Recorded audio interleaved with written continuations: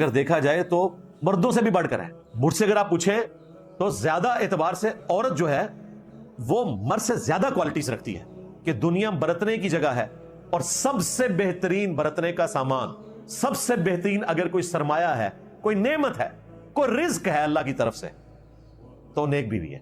सही मुस्लिम में हदीस है, कोई मर्द अपनी मुमिना बीवी के साथ बुग़्ज़ ना रखे। दुनिया से आप मर्द खत्म कर दें, इंसानियत खत्म नहीं होगी। कई औरतें होंगी जो प्रेग्नेंट होंगी, उनके बच्चे पैदा होंगे, फिर नस्ल इंसानी चल पड़ेगी। लेकिन अगर दुनिया से सारी औरतें खत्म कर दें, चंद सालों में इंसानियत खत्म हो जाएगी। तो आप मुझे बताएं कि मर्द ज्यादा स्ट्रांग है या औरत?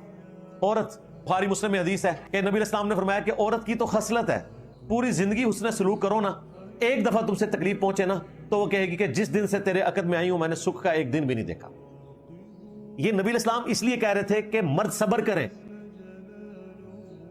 और समझ लें कि औरत के साथ ये कमजोरी अटैच है उसकी इंस्टिंक्ट में, उसके साथ इसी तरीके से गुजारा करना है।